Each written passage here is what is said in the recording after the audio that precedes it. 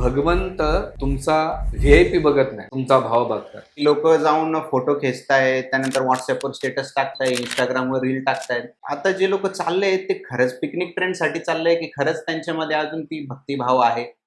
माझे वडील आता 66 वर्षाचे, त्यांच्या पायाला फोड आले. मी डॉक्टर असल्यामुळे मला माहिती आहे की याचे काय काय कॉम्प्लिकेशन होऊ शकतात. भगवंतांना एवढं पाहिजे का? एवढं आपण स्वतःच्या शरीराची इजा करून जावं तिथं? अंगाचा मळ काढणं सोपं असतो, पण मनाचं मळ काढणं खूप कठीण असतो. आज जर संत तुकाराम महाराज आपल्या समाजात असते, आज आपण तसंच वागला असतो का त्यांच्याशी? आज बी जे प्रखड बोलणारे आहेत त्यांना बी विरोध करणारे आहेत. म्हणजे मोबाईल चार्ज नाही करता आला, मोबाईल डिस्चार्ज झाला किंवा रेंज नाही, ह्या विचाराने ते जे वारकरी ते अस्वस्थ होऊन जायचे. मी जर मोबाईल नाही वापरला तर जग बंद पडेल का? की धामात गेल्यानंतर तुम्हाला डोळ्यानं धाम दिसत नाही. तुम्हाला धामाला पाहायचं असेल तर धामाला कानाच्या माध्यमातून पाहिलं पाहिजे. स्वतः भगवान कृष्ण गीतेमध्ये आपल्याला शिव्या घालतात, मूढा, क्लेब्य आणि गोखर. संतांची मूर्ती न नेता त्यांच्या पादुका नेतो, आणि ह्या पादुकाची सेवा करणं ही माझी सेवा करण्यासारखी. जर ह्या सगळ्या सुविधा जर बंद केल्या तर खरंच कोणी वारीला जाईल का? भौतिक परिस्थिती माणसाला दिंडीपासून थांबवू शकत नाही. संतांच्या शिकवणुकीचा हा अपमान नाही का? तर याच्यामध्ये देवाचा दोष नाहीये, तर दोष आहे मॅनेजमेंटचा.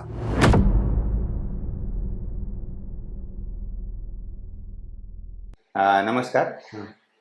तुमच्या सगळ्यांचं आजच्या पॉडकास्टमध्ये स्वागत आहे. श्रीमान मारुतिवन प्रभूजी आज इथे, म्हणजे मला सौभाग्य भेटलंय की मी त्यांच्या समोर बसलोय आणि मी त्यांना विनंती करणार आहे की माझे काही प्रश्न आहेत जे मला खूप वाटतं की खूप जेन्युइन प्रश्न आहेत आणि ते तुमच्यापैकी बऱ्याच लोकांचे पण असतील असे प्रश्न.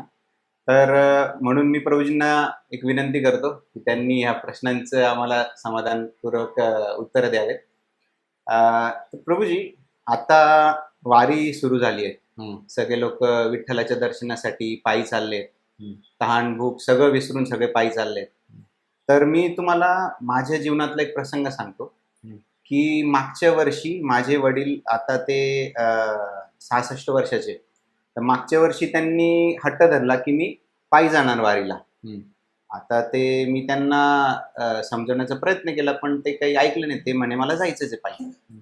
तर ते निघाले त्र्यंबकेश्वरून आणि नाशिकला येईपर्यंत त्यांच्या पायाला फोड आले. आता ते आहे डायबिटिक. मी डॉक्टर असल्यामुळे मला माहिती आहे की याचे काय काय कॉम्प्लिकेशन होऊ शकतात. तर मी त्यांना भेटायला गेलो तिथे. मी त्यांना मेडिसिन्स दिले. मी त्यांना सांगितलं की पप्पा आता बस झाला हा हट्ट, आता चला, आता तुमचं वय नाही राहिलं. पण तरी त्यांनी एवढा हट्ट धरला. आणि म्हणजे मी तर असं म्हणेल की भगवंतांच्या कृपेमुळेच ते एवढं जाऊ शकले. पण मला एक प्रश्न पडला तेव्हा की म्हणजे ते जर एवढे जायला लागले तर मग भगवंतांना एवढं पाहिजे का? एवढं आपण स्वतःच्या शरीराची इजा करून जावं तिथं? तर मला खूप याच्यावर प्रश्न पडला की काय नक्की असं करायला हवं का? आणि आता तर मी जेव्हा बघतोय तर हे असं एक पिकनिक ट्रेंड बनलाय हा, की लोक जाऊन फोटो खेचतायत, त्यानंतर व्हॉट्सअपवर स्टेटस टाकतायत, इंस्टाग्रामवर रील टाकतायत. तर मग नक्की आता जे लोक चालले ते खरंच पिकनिक ट्रेंड साठी चाललंय की खरंच त्यांच्यामध्ये अजून ती भक्तिभाव आहे? मला हा एक प्रश्न थोडा खात होता, म्हणून मी म्हटलं की तुम्हाला विचारावं याच्याबद्दल. धन्यवाद. तुम्ही तुमच्या पॉडकास्टमध्ये मला आमंत्रण दिलं आणि तुमच्यासारखे बरेच डॉक्टर, आता तुम्ही प्रोफेशनल डॉक्टर असून व्यवसाय सांभाळतात आणि आता कुठंतरी तुमच्या अध्यात्मामध्ये रुची वाढत चालेल. सहजच मी पाहिलं की तुमच्या फील्डमधले लोक अध्यात्मावर विश्वास ठेवून, आधुनिक प्रगती खूप असते आणि विज्ञान आणि अध्यात्म याला सवड घालणं तुम्हाला खूप कठीण जात असतं. आणि असे बरेच जण तुमच्या इंजिनियर, डॉक्टर यांना प्रश्न पडतो. पण ही चांगली सुरुवात आहे की आजच्या आधुनिक युगामध्ये तुमच्यासारख्या व्यक्तिमत्वाला सुद्धा असे प्रश्न पडत आहेत वारीबद्दल, अध्यात्माबद्दल आणि तुमच्या जीवनातले जे प्रसंग आहेत. तर निश्चित तुम्ही जो पहिला प्रश्न विचारलेला आहे की आधुनिक जगामध्ये किंवा आपण जे ट्रेंड चालू आहे सोशल मीडियाच्या माध्यमातून किंवा लोक इंस्टावर, फेसबुकवर किंवा लाईव्ह ब्लॉग काढतायत, मग त्याच्यामध्ये अध्यात्म आहे का केवळ पिकनिकचा ट्रेंड होत चाललेला आहे? तर हे जे तुम्ही प्रश्न विचारलाय याचं बरेच कारण आपल्याला देता येतात. सर्वात महत्त्वाचं म्हणजे हे सोशल मीडियाच्या माध्यमातून लोक जात आहेत पण प्रत्येकजण व्यक्ती तेवढ्या प्रवृत्ती आपल्या याच्यामध्ये म्हटलेले आहे. तर प्रत्येकजण आपली आपली प्रवृत्ती घेऊन जात आहे. पण एक आहे, ज्या ठिकाणी चुकीच्या ठिकाणी जाण्यापेक्षा कुठेतरी चांगल्या ठिकाणी घेऊन चाललेले आहेत. आणि सोशल मीडियाचं जर पाहायला गेलं तर एक लोकांपर्यंत ते वारीचं, काही लोक जे जाऊ शकत नाहीत वारीला, किंवा त्यांना ते जाणे वारीला शक्य नाही, अशा लोकांना घर बसल्या बसल्या ते माध्यम करून देत आहेत. तर ह्या समाजासाठी एक फायदाच आहे. पण दुसरं असं आहे की जेव्हा ते वारीला जात आहेत, त्यांच्या प्रोफेशनल आणि व्यवसायाबरोबर त्यांनी त्या वारीचा लाभ घेतला पाहिजे. की ना इंस्टावर फेसबुकवर बघून त्यांना पैसा भेटू शकेल किंवा लाईक भेटू शकेल, लाईक डिसलाईकवर आपलं लाईक चालेल. पण तुम्हाला खरा आनंद घ्यायचा असेल तर तुम्हाला त्या वारकऱ्यांसारखं जीवन जगावं लागेल किंवा त्यांच्यासारखी ती शैली पालन करावं लागेल की ज्यामुळं तो वास्तविक त्यांना आनंद भेटू शकेल. आणि दुसरी गोष्ट सगळ्यात महत्त्वाची की वारीमध्ये की आपल्याला खूप शिकायला भेटते. समानता पाहायला भेटते, बंधू भाव पाहायला भेटतो, स्त्री पुरुष समानता, तिथं जाती धर्म पंथ वर्ण काही नाही, सगळे एका छत्राखाली किती प्रेमान राहत आहेत. तर ही शिकवण आणि एकरूप ठेवण्याचं काम ही दिंडी करते. म्हणून अशा दिंडीत आपण ब्लॉग सोशल मीडिया पिकनिक न ठेवता त्या गोष्टीत आपण शिकत घेतलं पाहिजे. आणि व्यक्ती तेवढ्या प्रवृत्ती असते त्यामुळे आपण त्यांना थांबवू शकत नाही. पण ठीक आहे, त्यांचं ते करून इकडे तिकडे जाण्यापेक्षा कुठंतरी ते दिंडीला जातात, ही सगळ्यात महत्त्वाची गोष्ट आहे. आणि त्याच्यातून आपण त्या दृष्टिकोनातून ते घेतलं पाहिजे. धन्यवाद प्रभूजी. धन्यवाद प्रभूजी. म्हणजे माझ्या मनातलं थोडं डाऊट क्लिअर झाले की म्हणजे जात आहेत तर त्यांना ऍटलिस्ट पुण्य प्राप्त होईल, देवाची भक्ती प्राप्त होईल, ही चांगली गोष्ट आहे. प्रभूजी अजून एक प्रश्न आहे की काही वर्षांपूर्वी मी पंढरपूरला गेलो होतो माझ्या फॅमिली सोबत. आणि माझे अजून फॅमिली मेंबर्स आहे ते पॉलिटिक्समध्ये आहे, त्यांचं वजन आहे चांगलं पॉलिटिक्समध्ये. तर तेव्हा घरचे म्हटले होते की चला आपण VIP दर्शनात जाऊ. पण मी म्हटलं की नाही, थांबा, आपण लाईनीत थांबू. देवाला असं वाटतंय त्यांचं स्मरण करून लाईनीत उभं राहून त्यांचं स्मरण करून मग आपल्याला जर दर्शन प्राप्त होणार ती खूप चांगली गोष्ट आहे. पण नंतर जेव्हा मी काही जणांना बघितलं ते VIP रांगेतून लगेच गेले आणि आम्हाला भरपूर वेळ लागला. तर मग मला तेव्हा असं वाटत होतं की जे जण VIP रांगेतून डायरेक्टली जातात, ज्यांना थांबण्याची, जे थांबत नाही आहेत लाईनमध्ये, तर ते काही आपल्या जे संतांनी सांगितलंय की आपण सगळे एक समान आहोत, आपण सगळे भगवंतांचेच मुलं आहोत, तर आपण सगळे एक समान. मग ते संतांच्या शिकवणुकीचा हा अपमान नाही का? आपलं जे VIP कल्चर आपण मंदिरात पण आणलेले आहेत. सगळ्यात महत्वाचं की VIP कल्चर मंदिरामध्ये कसं काय देवाच्या ठिकाणी? तर याच्यामध्ये देवाचा दोष नाहीये, तो दोष आहे मॅनेजमेंटचा. आणि राहिलं VIP कल्चरमध्ये सगळ्यात महत्वाची गोष्ट की भगवंत तुमचा VIP बघत नाही, तुमचा भाव बघतात. एखादा 14-14 तास 30-30 तास लाईनमध्ये उभा राहतोय, पण त्याचं मन आंतरिक भगवान पांडुरंगाच्या दर्शनासाठी तळमळतेनं राहत असेल तर जेवढं VIP दर्शन करून त्यांचं डोळ्याचं सुख होईल, त्याला थोडं पुण्य प्राप्त होईल, जास्त नाही. पण ती दया कृपा किंवा भगवंताच्या प्रती तळमळ वाटणार नाही जो भक्त लाईनमध्ये राहून जातो. म्हणून हरिपाठामध्ये एक लाईन आहे, देवाच्या द्वारे त्याने मुक्तिचारी साधवल्या. क्षणभर जे थांबलं देवाच्या द्वारे, क्षणभरचारी त्याने मुक्तिचारी साधवल्या. तुम्ही जर भगवंताच्या द्वारासमोर क्षण जरी उभा राहिले तर त्याने मुक्तिचारी साधवल्या, म्हणजे त्याने चारी मुक्ती प्राप्त केल्यासारखे. म्हणजे तुम्ही एखादा VIP दर्शनात गेलाय आणि एखादा क्षण उभा राहिलेला आहे आणि एखादा लाईनमध्ये राहिलाय, तर विचार करा, एखादा क्षणभर उभा राहून त्याला तिन्ही चारी मुक्ती प्राप्त होतात. जो 20-20 घंटे उभा राहतोय, 10-10 घंटे उभा राहतोय, तर भगवंत त्याला वैकुंठ धाम देणार नाही का? मग फायदा कोणाचा आहे? VIP लोकांचं तात्कालिक दर्शन चांगलं होऊ शकेल, पण सगळ्यात जास्त दर्शन त्या भक्ताचा होणार जो लाईनमध्ये राहणार आहे. आणि VIP कल्चरमध्ये दुसरं असं म्हणता येईल की मंदिराला डोनेशन भेटतंय, त्याच्यामधून समाज उपयोगी कार्य होतात. आणि काही लोक जेन्युइन असतात की खरंच त्यांना नाही का वेळ नसतो किंवा त्यांचा हे असतो, अशा लोकांसाठी मंदिर सुविधा करून देत असेल तर ती चांगली गोष्ट आहे. तर म्हणून आर्थिक नियोजनासाठी मंदिराला, कधी मंदिर चालवण्यासाठी VIP गरजेचं असतात. तर त्यासाठी त्या कल्चरला आपण प्रमोट करतो असं नाही, पण देश काळ पातळीनुसार ते महत्वाचं आहे. एवढं मी तुम्हाला सांगू इच्छितो. धन्यवाद प्रभूजी, छान उत्तर होत आहे. अं, प्रभूजी, अजून एक प्रश्न असा आहे माझा, की जसं मी तुम्हाला सांगितलं, मागच्या वर्षी माझे वडील वारीला गेले. हा. ठीक आहे. आता वारीला जाताना खूप त्यांना त्रास झाला. हं. त्यांचे मित्र होते सोबत, आमच्या गावातले लोक होते सोबत, त्यांनी सांभाळलं त्यांना. भरपूर त्रास झाला, त्यांनी खूप अंगावर काढलं त्रास. नंतर घरी आल्यावर ते आजारीच पडले. आणि मग घरी आल्यानंतर मला असं वाटलेलं की आता वारीला जाऊन आले तर थोडंफार काहीतरी स्वभावात चेंज झाला असेल त्यांचा. अच्छा. पण म्हणजे माझे वडील थोडे रागीट आहेत, हा. त्यांचा राग तसाच होता. म्हणजे तर माझा प्रश्न असा आहे की जर तुम्ही एवढं वारी करून गेले भगवंताच्या दर्शनासाठी, आल्यावर तुमचा रागीटपणा तसाच आहे, तर मग तुम्ही जेवढी शारीरिक इजा सहन केली हा. तर ती व्यर्थ आहे का? अच्छा, हे बघा, प्रश्न खूप छान विचारलाय की वारीला जाऊन आल्यानंतर लोकांच्या जीवनात परिवर्तन होतं. हे तुमच्याच वडिलांच्या बाबतीत नाही. बरेच जण तीर्थयात्रेला जातात, वारीला जातात किंवा करून घेतात, आल्यानंतर त्यांच्या स्वभावामध्ये काही फरक पडत नाही. तर हे तीर्थयात्राचा दोष नाही, तर तो दोष आहे त्या व्यक्तीचा. म्हणून अंगाचा मळ काढणं सोपं असतो, पण मनाचं मळ काढणं खूप कठीण असतो. म्हणून तिथे तीर्थयात्रेत गेल्यानंतर तीर्थस्नान करण्यापेक्षा आपण तीर्थयात्रेत जाऊन नाही का साधूचा संघ घेतला पाहिजे. कारण की इस्कॉनचे फाउंडर आचार्य एस डी वानगर शेष भक्त स्वामी प्रभुपाद नेहमी म्हणतात की धामात गेल्यानंतर तुम्हाला डोळ्यानं धाम दिसत नाही. तुम्हाला धामाला पाहायचं असेल तर धामाला कानाच्या माध्यमातून पाहिलं पाहिजे. कसं, तर तुम्ही जेव्हा त्या धामात जाता आणि संतांची संगती करतात आणि त्यांच्याकडून ऐकतात, तर ती विचार जेव्हा सोबत घेतात आणि वाईट विचार तिथं सोडतात, तर ती कुठं तीर्थयात्रा सफल आहे. नाहीतर बाबा गेले आपण स्नान केलं, फिरलो, शारीरिक कसरत होऊ शकेल, थोडंफार पुण्य प्राप्त होऊ शकेल, पण परिवर्तन होणार नाही. लोक वर्षानुवर्षे यात्रा करतात पण त्याला फळ होत नाही. म्हणून महत्वाचं आहे की तिथे जाऊन आपल्या मनातले जे विचार आहेत ना त्याचे धुवून झालं पाहिजे.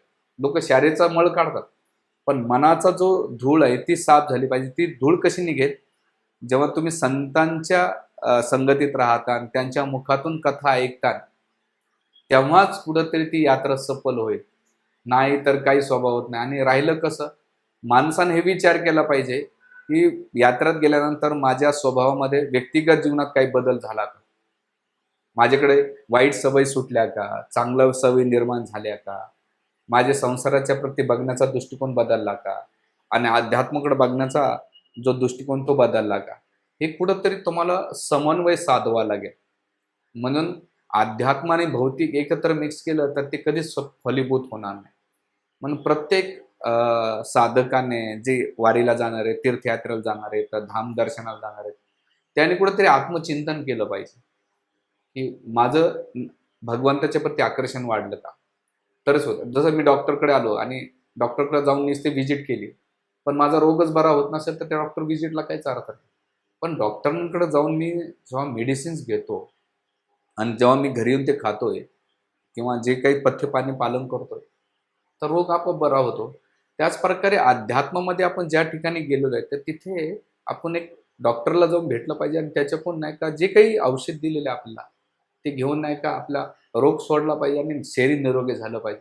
तर ही तीर्थयात्रेची सफलता आहे, ना की केवळ भ्रमण आहे आणि वेळेचा आणि पैशाचा अपोय, याच्या पलीकडे काहीच होऊ शकत नाही. छान वाटलं प्रभूजी ऐकून. हां. छान उत्तर होतं तुमचं. हां.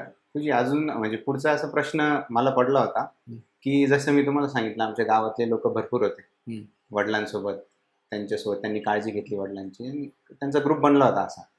पण नंतर ते जेव्हा वारीहून आले, नंतर माझ्या वडिलांनी सांगितलं की त्यांच्यासोबत जे 1-2 जण त्यांची भांडणं झाले आपसात, पण ते तिकडे वारीच्या वेळेस खूप छान राहिले, कसे एकदम छान बोलले, एकमेकाची काळजी घेतली, आपापसातले सगळे भांडणं विसरले, आपापसातले जे काही कोणी म्हणजे कोणी ज्याच्याकडे खूप पैसा आहे, कोणी गरीब आहे, हे सगळे जे डिस्टिंक्शन आपण म्हणतो हे सगळे विसरून ते 20-25 दिवस जेवढे वारीला होते ते एकदम सोबत छानपैकी राहिले. पण नंतर आल्यावर मला कळलं की ते काही लोकांमध्ये भांडणं झाले. तर मग माझं असं म्हणणं आहे की ते वारीचा जो भाव होता तो तेवढा पुरता तेवढाच राहायला पाहिजे की तो खरंच त्यांनी म्हणजे ते कसं, त्याचा विचार कसा करायला पाहिजे. अच्छा, छान आहे. या वारीमध्ये सगळे वर्ण, जात, भेद, पंथ, रंग, रूप, ज्ञान, धन हे काही बघत नाहीत. एकूण एकाला भेटतात तर माऊली म्हणतात. आणि माऊली म्हटल्यानंतर एकानं प्रेमानं राहतात. म्हणजे त्यांच्यामध्ये समानता, बंधुभावत्वा, प्रेम, स्नेह, काळजी असते. लोक बघा तुम्ही वारीमध्ये खूप सेवा करतात. पण ते जेव्हा गावाकडे येतात, घरात येतात, तर त्याच्यामध्ये ती समानता, बंधुत्व, प्रेम राहत नाही. याचं मुख्य कारण आपण असं आहे की तिथे सगळ्याचा केंद्रबिंदू संतांची शिकवण आहे.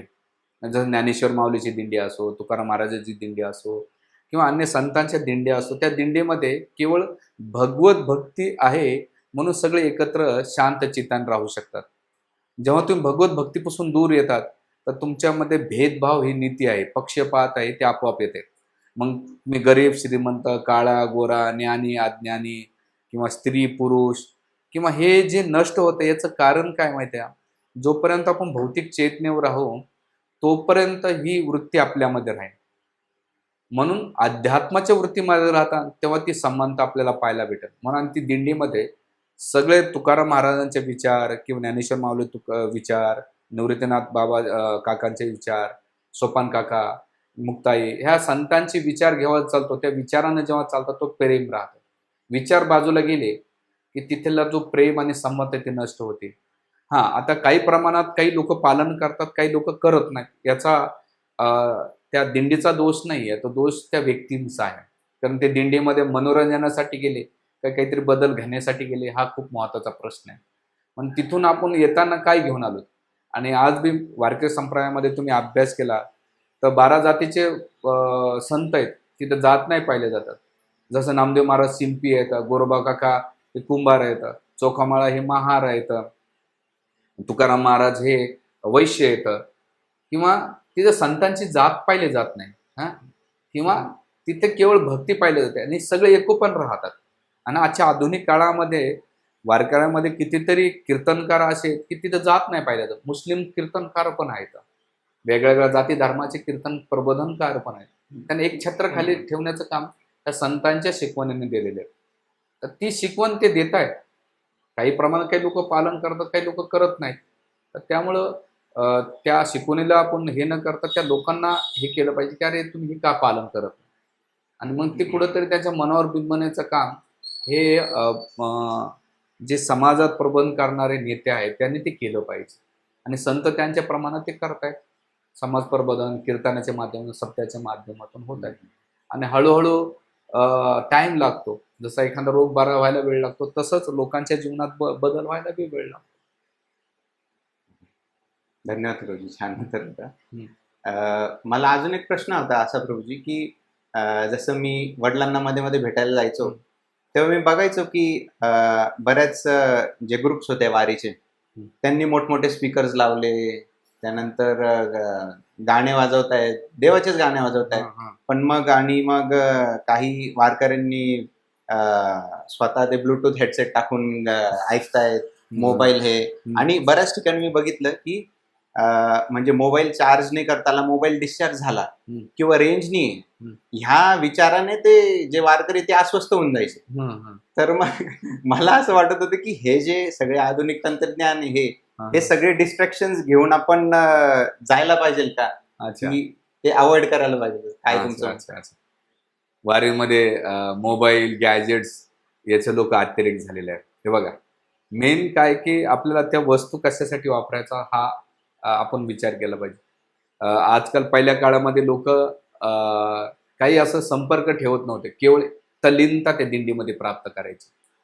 तो मोबाईल वापरायला विरोध नाहीये, पण त्या मोबाईलमुळं किंवा त्या गोष्टीमध्ये जर तुमच्या भगवत भक्तीमध्ये बाधा होत असेल किंवा भगवत स्मरणामध्ये किंवा भगवत कार्यामध्ये, संत सेवेमध्ये जर बाधा होत असेल तर याला नाही का आपण कुठेतरी बाजूला ठेवलं पाहिजे. जोपर्यंत आपला दिंडीमधला पर्पज क्लिअर होत नाही की अरे माझं दिंडीमध्ये मला 20-21 दिवस केवळ पांडुरंग भक्तीमध्ये संतांच्या विचारांमध्ये तल्लीन राहायचा आणि तो त्या वारीतला आनंद घ्यायचा, तर बाकीचे मोबाईल चार्ज झाले नाही चार्ज झाले, ब्लूटूथ किंवा त्याच्यात भजन हे मायना ठेवत नाही. ज्यांचं पर्पजच क्लिअर नाही, त्यांचं ध्येयच क्लिअर नाही, तर ते बाकीच्या गोष्टीमध्ये नाही का मग मोबाईलमध्ये मनोरंजन, पिक्चरचे गाणे ऐकणे किंवा फिल्मी किंवा व्हिडिओ पाहणे, ते फिजिकली जाणे तुम्हाला त्या वारीचा जेवढा लाभ भेटायचा तो भेटणार नाही. म्हणून वारीत गेल्यानंतर तुमची तल्लीनता त्या भक्ती कार्यामध्ये, विशेष करून नविदा भक्तीचं मध्ये तल्लीनता प्राप्त झाली पाहिजे, की ज्यामुळे तुम्हाला त्या दिंडीचा लाभ घेता आला पाहिजे. म्हणून सगळेजण काही प्रामाणिक असतात, ते मोबाईल घरी ठेवतात, संपर्क ठेवत नाही, नको बाबा भौतिक संसाराचा. आणि एक दुसरा प्रश्न विचारला पाहिजे की मी जर मोबाईल नाही वापरला तर जग बंद पडेल का? काही बंद पडत नाही. पण आपल्याला गैरसमज आहे की बाबा मी मोबाईल न वापरला तर संपर्क काय होऊ शकत नाही. एक दिवस आपण बाहेर कुठे गेलं तरी जग परिवाराला फरक पडत नाही, तर जगाला काय फरक पडणार आहे? असं थोडी आहे की पॉलिटिशियन बंद होणार आहे, रस्त्यावरल्या गाड्या बंद होणार आहे, किंवा फिल्म स्टार नाही का त्यांचे पिक्चर काढणं बंद होणार आहे. जगाचं काही थांबत नाही. बरोबर. हे जे भ्रमात असते की मी संपर्क नाही ठेवला तर काय होईल, काहीच होऊ शकत नाही. ह्या भ्रमाच्या बाहेर या आणि पूर्ण त्या 21 दिवस संसार, बाकी दिवस संसारात पडले, पूर्ण दिवस तुम्ही त्या वारीचा लाभ घ्या. धन्यवाद गुरुजी, खूप छान उत्तर होतं हे पण. हा. गुरुजी, मी असं बघितलं होतं, मी म्हणजे जेव्हा MBBS ला होतो हं. तेव्हा आमच्या कॉलेजमधून पण टीम्स जायच्या वारकऱ्यांची वैद्यकीय सेवा करण्यासाठी. त्यानंतर आपण बघतो आता वारकरी प्रत्येक गावात जिथे जातात तिथे त्यांना जेवण दिलं जातं, तिथे त्यांना राहण्याची सोय केली जाते, त्यांना पाण्याची सोय केली जाते.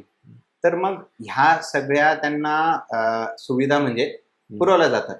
तर माझा असा प्रश्न आहे की जर सगळ्यांनी मिळून, आता ह्या सगळ्या सुविधा सगळ्यांनी मिळून म्हणजे स्वतःहून ते करतात, त्यांच्यावर काही कोणाचं कंपल्शन नाही किंवा काही हे नाही, तर माझा असा प्रश्न आहे की जर ह्या सगळ्या सुविधा जर बंद केल्या तर खरंच कोणी वारीला जाईल का?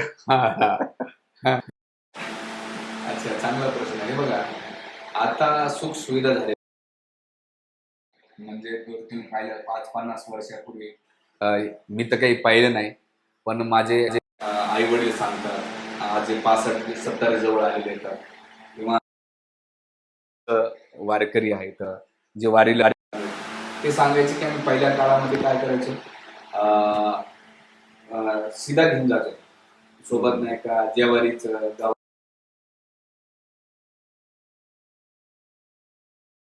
जिथं रावटी म्हणजे एक टेंट असतो, तिथं ते लावायचे आणि स्वयंपाक करून खायचे आणि नंतर दुसऱ्या दिवशी प्रवासाला निघायचे.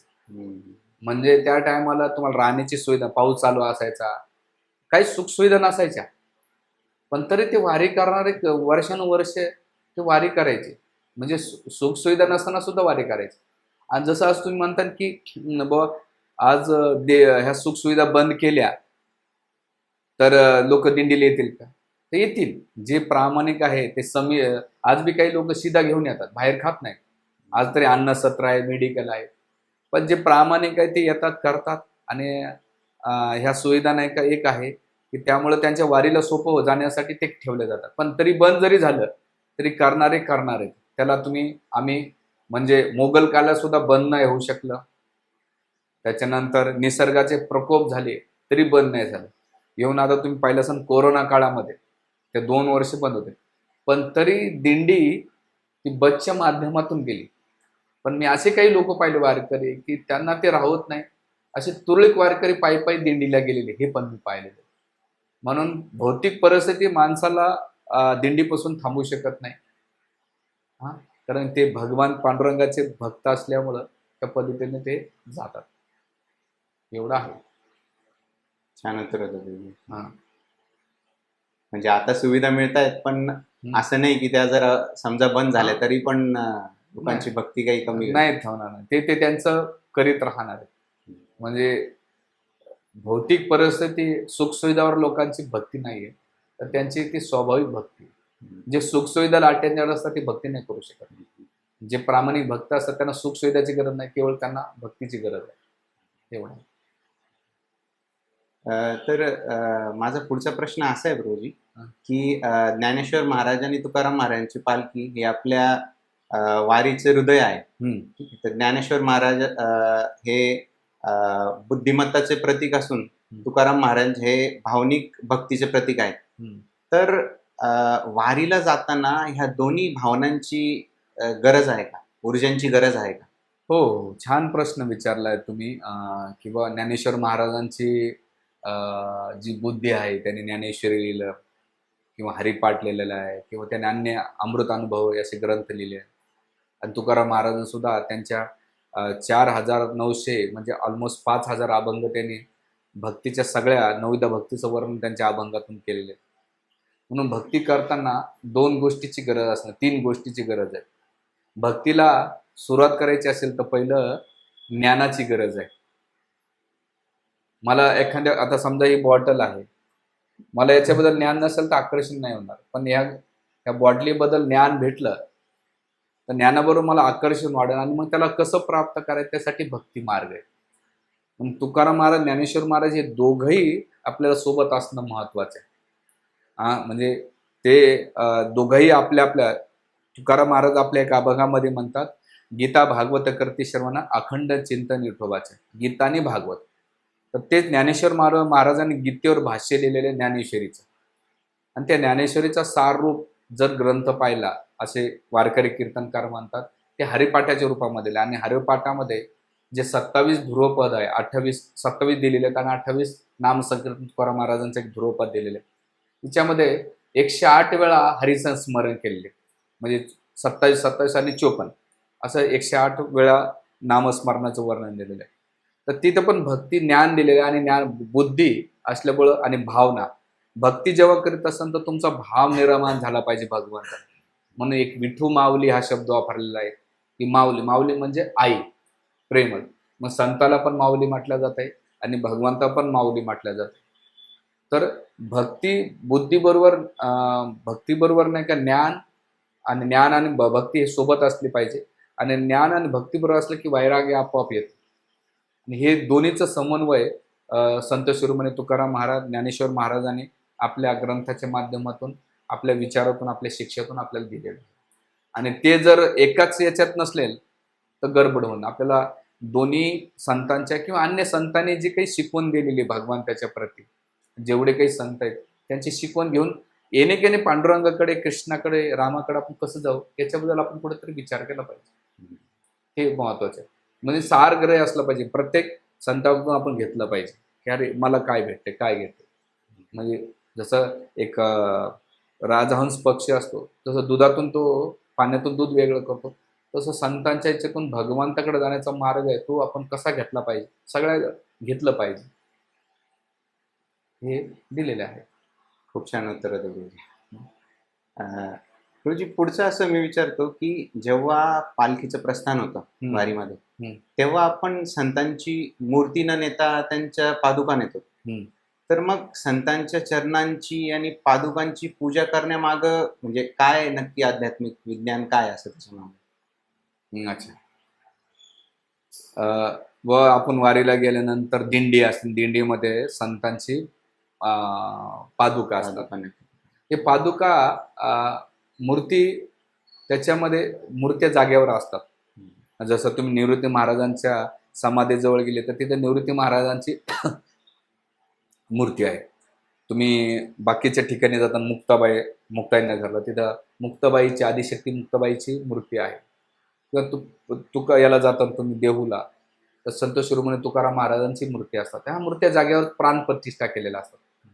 पण त्यांचं प्रतिमात्मक रूप म्हणजे, आणि त्यांना विग्रहाच्या स्वरूपामध्ये त्यांच्या पादुका घेऊन दिल्या जातात. म्हणून याची सुरुवात आजच नाही झालेली आहे. याची सुरुवात जर पाहायला गेली तर तुम्हाला आपण रामायण कालीन प्रसंगामध्ये जावं लागेल. जेव्हा भरत महाराज रामचंद्राला भेटायला गेले आणि त्यांना राज्य करण्यासाठी प्रवृत्त करू लागले, पण भगवान रामचंद्राने राज्य करण्यास नकार दिला. आणि शेवटी भरत महाराज हतबल झाले की बाबा मी आता करू तर काय करू. तर शेवटी भरत महाराजाने काय पर्याय, तर भगवान रामचंद्राने त्यांना पादुका दिल्या आणि त्यांना सांगितलं भरताला, बघ हे भरता, हे ज्या पादुका घेऊन हे माझं स्वरूप आहे असं समज, आणि ह्या पादुकाची सेवा करणं ही माझी सेवा करण्यासारखी. आणि म्हणून भरत महाराज जेव्हा अयोध्येला गेले आणि त्यांनी राजसिंहासनावर पादुकाला ठेवलं आणि त्या व्यक्तीसारख्या त्यांची पूजापाठ केली आणि त्याच्या आज्ञाचं पालन केलं. म्हणून रामायणामध्ये हे प्रसंग येतो, भरताने नाही का रामचंद्राच्या पादुका ठेवून राज्य चालवलं आणि भगवंताचा अनुभव घेतला. तसाच आपण दिंडीमध्ये जेव्हा जातो तर दिंडीमध्ये आपण संतांच्या पादुकावर नाही का, चरण स्पर्शावर नाही का ठेवतो, डोकं मस्तक ठेवतो, तर तुम्हाला त्या संतांचा अनुभव झाला पाहिजे की ज्ञानेश्वर महाराजांचा, तुकाराम महाराज, मुक्ताबाई, सोपान काका, निवृत्ती दादा किंवा हे जे काही आहे तर यांचा त्या चरण स्पर्शाचा अनुभव घेऊन नाही का आपण त्यांचा अनुभव घेऊ शकतो. ही भक्तीची जेवढी स्तर असेल तेवढा तुम्हाला तो अनुभव भेटेल. नुसतं मस्तक ठेवून चालणार नाही. तर त्यावर त्यांच्या अनुभव घेणं हे महत्त्वाचं आणि ते रामायण कालीनात आहे आणि आज पण आहे. आणि त्यांचं प्रतीक पाहिलं तर बाकीच्या ठिकाणी पादुका हे त्यांचं स्वरूप आहे, हे आपण असं समजू शकतो. खूप छान उत्तर होतं प्रभूजी हे पण. हां. आता आपण संतांबद्दल बोलतोच आहे तर प्रभूजी मला असं वाटतं की जसं संत तुकाराम महाराजांनी भक्तीचा प्रसार करण्यासाठी खूप वेळा परखड सत्य बोलले हां. आणि ते त्यांच्या तत्कालीन जे लोक होते त्यांच्यासोबतचे ते त्यांना पचलं नाही बरं. त्याच्यामुळं संत तुकाराम महाराजांची खूप अवहेलना झाली, खूप त्यांना म्हणजे बहिष्कार सारखं झालं त्यांचं. तर मी असा विचार करत होतो की समजा आज जर संत तुकाराम महाराज आपल्या समाजात असते तर आज आपण तसंच वागला असतो का त्यांच्याशी? त्यांचं परखड बघा, संत आहेत ना हे दयाळू असतात, कृपाळू असतात. जेव्हा एखादी आई एखाद्या बाळाला झापड मारते तर ते झापड मारण्याचा मागचा तिचा हेतू ईर्ष्या द्वेष नसतो, तर त्याचा मागचा हेतू असतो त्या बाळाच्या प्रती असलेलं प्रेम, त्याच्यावरलेली असलेली दया. म्हणून संतांनी प्रखडपणे जे बद्धजीव संसारामध्ये लिप्त लोक आहेत अशा लोकांची दया दाखवण्यासाठी परखड वाणी वापरलेली. येऊन तुम्ही संतांचाच काय विचार घेतात तर स्वतः भगवान कृष्ण गीतेमध्ये आपल्याला शिव्या घालतात. मुडा म्हणजे काय? मूर्ख. क्लेब्य. क्लेब्य जर पाहिलं गेलं तर आपल्या भाषेमध्ये नपुंसक म्हटलं जाते. नपुंसक म्हणजे काय? जो माणसात नाही आहे असा नपुंसक. तर या भगवंताने आणि गोखर म्हणजे गाढव सुद्धा म्हटलेले भगवंताने. म्हणजे असे कितीतरी भगवंत स्वतः बद्धजीवांना मूढ नराधमा माया पुरुषेत ज्ञाना गीतेमध्ये भगवंताने प्रकट वाणी वापरलेली आहे. ते तेवढी संताने जी वाणी वापरलेली आहे त्या वाणीमध्ये आपल्या प्रति प्रेम आहे. आणि त्या प्रेमापोटी जसं एक शिक्षक आपल्या विद्यार्थ्याला शिक्षा कशासाठी देतोय? याच्यासाठी देतोय की त्याने नाही का त्याच्या जीवनात सुधारणा करावी आणि ते विद्यार्थी सुधारावं, किंवा आईचं प्रेम मुलाच्या प्रती असावं. आता तुम्ही डॉक्टर आहात पण डॉक्टर तुम्ही इंजेक्शन का देतात? मजा वाटते म्हणून का? नाही, त्या पेशंटचा रोग तसा आहे म्हणून तुम्हाला इंजेक्शन, कधी कधी ऑपरेशन पण करावं लागतं. त्याच प्रकारे संत हे परखड जरी बोलत असेल तर त्यांच्या बोलण्याचा मागचा हेतू केवळ आपल्या प्रती दया आहे. राहिला विषय आज समाज स्वीकारेल का नाही. जे प्रामाणिक असेल ते स्वीकारतील. जे ढोंगे होते त्या टायमाला बी त्यांना विरोध करणारे भरपूर होते, कमी नव्हते. आणि आज बी जे प्रखड बोलणारे आहेत त्यांना बी विरोध करणारे आहेत. म्हणून जोपर्यंत हे जगत राहील तर तुम्हाला दोन्ही प्रकारचे लोक पाहायला भेटेल. दैवी गुणाचे पण भेटतील आणि आसुरी गुणाचे पण भेटतील. बरोबर. आणि त्या समाजाने घ्यायचं नाही घ्यायचं समाजाच आहे, पण संत आणि डॉक्टरांनी कधीच कॉम्प्रोमाइज नाही केलं पाहिजे. आजकाल जे संत आहेत ते डोनेशनसाठी किंवा लोक दुखवतात म्हणून बोलत नाही. आज दोन कामं झाले संतांची, लोकांना हसवायचं कसं आणि मग समाजाच्या भावनिक विषयाला घालून लोकांना रडवायचं कसं. हे संतांचं कामच नाही आहे, लोकांना रडवणं हसवणं. संतांचं काम आहे की त्या साधकाला पांडुरंगाकडे कसा गेला पाहिजे. मग त्याला साम दाम दंड भेद काय जे वापरताय, परखडवाणी प्रेमानं. येऊन तुकाराम महाराज तुम्ही एकच बाजू बघताय, पण ते पामर पण म्हटलेले तुमच्या पाया पण पडून म्हणतो की तुम्ही देवाची भक्ती करा. म्हणजे त्यांच्याकडे सगळ्या गुण त्यांना दिसत आहेत. जिथं परखड बोलायचे तिथं परखड बोलले, जिथं दया दाखवायची तिथं दया केली आणि जिथं कठोर शब्द कठोर वाणी वापरायचे तिथं केली. म्हणून संत हे एक शिक्षकाप्रमाणे, संत एक माता पिताप्रमाणे, संत एक डॉक्टर प्रमाणे. हे जर आपण पाहिले डॉक्टर सुद्धा इंजेक्शन देतात पण त्याच्या मागे हित आहे. आई पण आपल्याला फटका मारते, त्याच्या मागे प्रेम आणि दया आहे. आणि शिक्षक पण आहे. आजकाल शिक्षक मारणं बंद केलं, पण मी जेव्हा शाळेत होतो शिक्षक फटके द्यायचे. त्यामुळं आपण संताला ह्या दृष्टिकोनातून पाहिलं पाहिजे ना, की त्यांच्या वैचारिक भिन्नता असावी पण मनाची मतभिन्नता नसावी. एवढं आहे.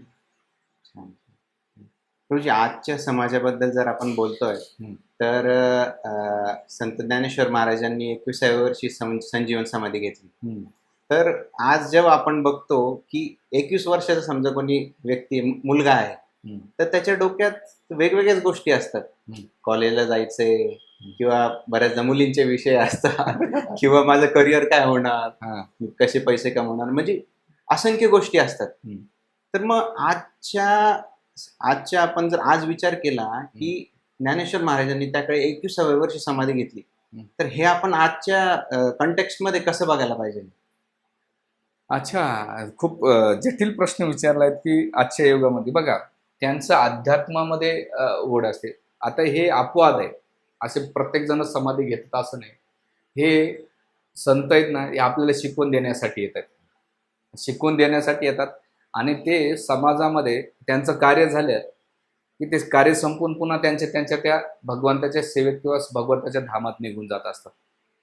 म्हणून आपण माऊलींच्या जीवनातून एक गोष्ट शिकली पाहिजे की ध्येयाच्या प्रती वेडा असलं पाहिजे.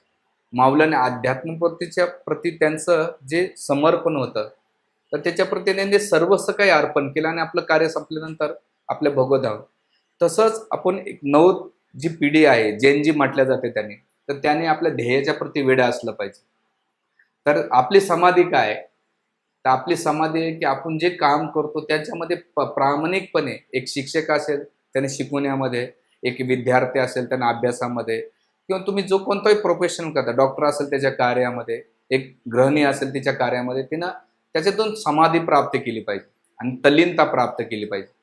म्हणजे तल्लीनता म्हणजे काय की तुम्ही जे काही काम करता ते प्रामाणिकपणे करा. जेव्हा तुम्ही प्रामाणिक करता त्याच्यातून तुम्हाला ती सिद्धी प्राप्त होईल. म्हणून नाही का आजकाल लोक खूप चंचल मनाचे लोक आहेत, त्यांना समाधी नाही. असं म्हटलं जातं गोल्डन फिश आहे ना, 9 सेकंद स्थिर राहते, माणसाचं मन 8 सेकंद पण स्थिर राहत नाही. तसंच अध्यात्म किंवा भौतिक कार्यामध्ये तुमची स्थिरता असली पाहिजे. आजकालचे जे प्रॉब्लेम्स होत आहेत ते चंचल मनाचं कारण आहे. तर समाधी तर तो विषय सोडून द्या, पण तुम्ही जे कार्य करता त्याच्यामध्ये तर तल्लीनता राहू द्या. रिलेशनशिपमध्ये तुम्ही चांगले वागा, पुन्हा नाही का तुमच्या कार्यामध्ये तुम्ही चांगलं काम करा. जे काही तुम्ही ज्या गोष्टीमध्ये आहात, ज्या कार्यामध्ये आहात, तिथे तुम्ही चांगलं कार्य करून तुम्ही समाजासाठी, परिवारासाठी, देव देश धर्मासाठी काही ना काही कॉन्ट्रीब्युशन, हीच आपल्यासाठी मोठी समाधी. आणि जेवढं तुम्ही धरसोड मेंटॅलिटीमध्ये राहता, तर तुम्ही काही अचीव करू शकणार नाही. अचीव करायचं असेल तर तुम्हाला समाधी अवस्था प्राप्त करा. समाधी म्हणजे काय? तल्लीनता. मग ते अध्यात्म असो का भौतिक संसार असो, तर हे तुम्हाला सक्सेस देऊ शकतं, नाही तर देऊ शकत नाही. हे त्या दृष्टिकोनातून आपण घेऊ शकतो. खूप छान सांगितलं तुम्ही.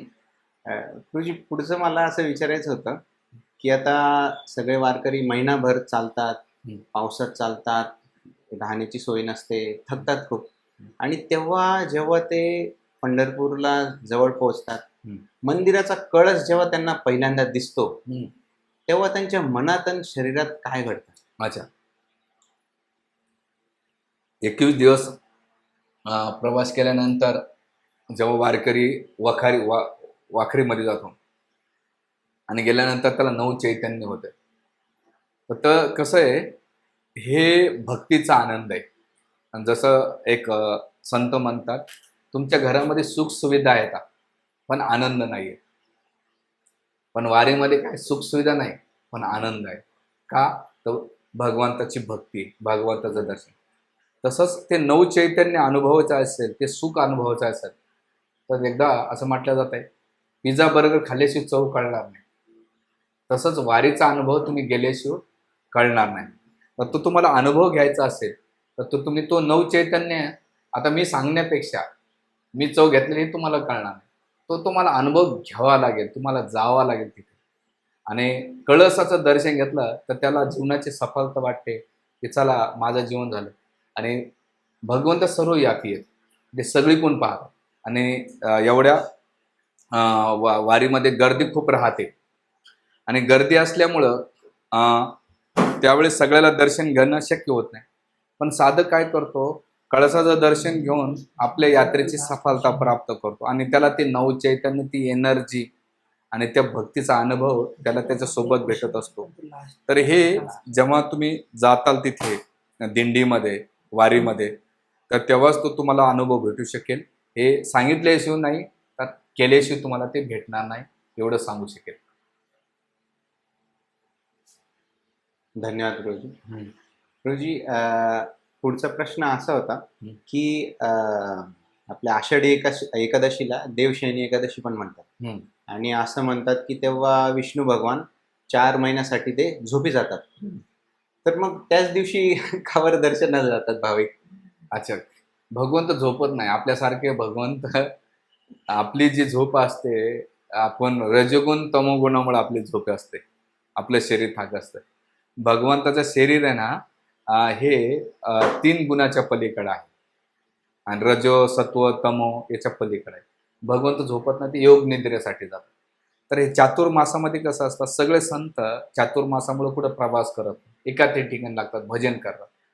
तर लोक शयन एकादशी म्हणजे काय, भगवंत काय करतात, जे चातुर्मासामध्ये भक्त भजनामध्ये तलीन आहे ना, तर भगवंत त्या भक्ताचं चिंतन करतात. भक्त भगवंताचं चिंतन करतात आणि भगवंत अशा भक्ताचे चिंतन करतात. म्हणून 4 महिने भगवंत झोपत नाही. तर जे भक्त चातुर्मासामध्ये मासाचं पालन करतात, भक्ती करतात, श्रवण कीर्तन करतात, तर अशा भक्ताबद्दल भगवंत चिंतन मनन करीत बसतात. म्हणजे आपण भगवंताचे चिंतन करणं हे तर सगळं कॉमन आहे, पण भगवंत सुद्धा आपल्या भक्ताचं चिंतन करतात. आणि असे कितीतरी प्रसंग आहेत आपल्या ग्रंथांमध्ये, पुराणामध्ये आणि संतांच्या जीवनातून नेले की भगवंत त्यांचं चिंतन करतात. म्हणून हे चतुर्मासामध्ये भगवंत आणि भक्ताच्या भक्तीचं आदान प्रदानचं, प्रेमाचं आदान प्रदान आहे. तर हे चातुर्मास दिलेलं आहे. भगवंत झोपले तर सगळी सृष्टी झोपल, पण योग निद्रेत जातात. एक निद्रेत जाऊन नाही का करतात आणि कार्तिक आषाढीला उठतात. हे बाह्य दृष्टीतून वाटतंय, पण आंतरिक दृष्टी शास्त्र आचार्य सांगतात की भगवंत आपल्या भक्ताचा रसास्वादन करतात. हे जे काही वर्ग आहे, आचार्य वर्ग आहे, याच्या मुखातून हे ऐकलेलं आहे आणि तेच एक्सप्लेन केलं जातं. तर असे सगळे वारीचे आहे, खूप सुंदर महिमा आहे. त्याच्यात तुम्ही तुमच्या मनात बरेच काही असेल प्रश्न, पण तुम्ही कधी जा, बघा, अनुभव घ्या. हे काय होतंय, आपण आता तुमचं प्रोफेशनल वेगळं, डॉक्टर असल्यामुळं तुम्हाला होतं, पण तुम्ही 1-2 दिवस झाला पाहिजे आणि त्याचा अनुभव घेतला पाहिजे. खूप खूप धन्यवाद गुरुजी. हा. आता हे सगळे माझे प्रश्न होते, पण मला असं वाटतं बऱ्याचशा लोकांचे प्रश्न असतील सगळे, आणि तुम्ही त्यांचे खूप छान उत्तरं दिले आणि आम्हाला ऍटलिस्ट मला तरी प्रोत्साहित केलं की मी एकदा तरी वारीत जावं आणि विठ्ठलाचं दर्शन घ्यावं. आणि एवढे छान उत्तरे दिल्याबद्दल खूप खूप आभारी आहे तुमचा. धन्यवाद. तुम्ही इथं इन्व्हिटेशन दिलं, तुमच्या हॉस्पिटलमध्ये एवढी सुंदर जागा दिली आणि इथे आपल्याला पांडुरंगाबद्दल, संतांबद्दल बोलण्याची संधी दिल्यावर तुमचं पण आभार आहे. आणि एवढंच विनंती करेल की तुम्ही पण तुमच्या जीवनामध्ये नाम जपाला, ग्रंथ वाचनाला वेळ द्या. हे चालत राहतंय. पैसा हे पोटपाणी असतो, पण मनाला शांती, समाधान पाहिजे असेल तर कुठंतरी आपण अध्यात्माची सुरुवात हे नाम जपापासून होते. नाम जप करा, 5 मिनिटं ग्रंथ वाचा आणि जे तुम्हाला वक्ता आवडतो त्याचं प्रवचन ऐका. त्यामुळं तुम्हाला तुमची आध्यात्मिक प्रगती पण होईल आणि तुमच्या अध्यात्मामधले असलेले प्रश्न ते पण येतील. आणि सगळ्यात महत्त्वाचं, जे नकारात्मक आहे, निगेटिव्ह आहे, ती पण कमी होऊन तुमच्या जीवनात पॉझिटिव्ह येऊन जाईल. आणि जे आपल्याला नेहमी आपण दुःखी राहतो, पण अध्यात्मामुळे आपल्याला सुख, समाधान, शांती भेटते. अशा अध्यात्माच्या बऱ्याच फायदे आपल्याला अनुभव भेटू शकतो. तर ते प्रामाणिक केलं पाहिजे. अंधश्रद्धा नसली पाहिजे, श्रद्धा असली पाहिजे. आणि ती श्रद्धा कशाच्या आधारावर असली पाहिजे, तर गुरु, साधू, शास्त्र. गुरु म्हणजे प्रामाणिक गुरु, शास्त्र जे प्रामाणिक वेद व्यासान रचित केलेले ग्रंथ, आणि साधू म्हणजे पूर्ववर्ती आचार्य, जसं रामानुजाचार्य, मध्वाचार्य, निंबार्काचार्य, तुकाराम महाराज, ज्ञानेश्वर महाराज, अन्य संत यांच्या विचारातून आपण त्यांना पालन केलं पाहिजे. एवढीच विनंती. खूप खूप धन्यवाद. खूप खूप धन्यवाद. हरे कृष्ण. हरे कृष्ण.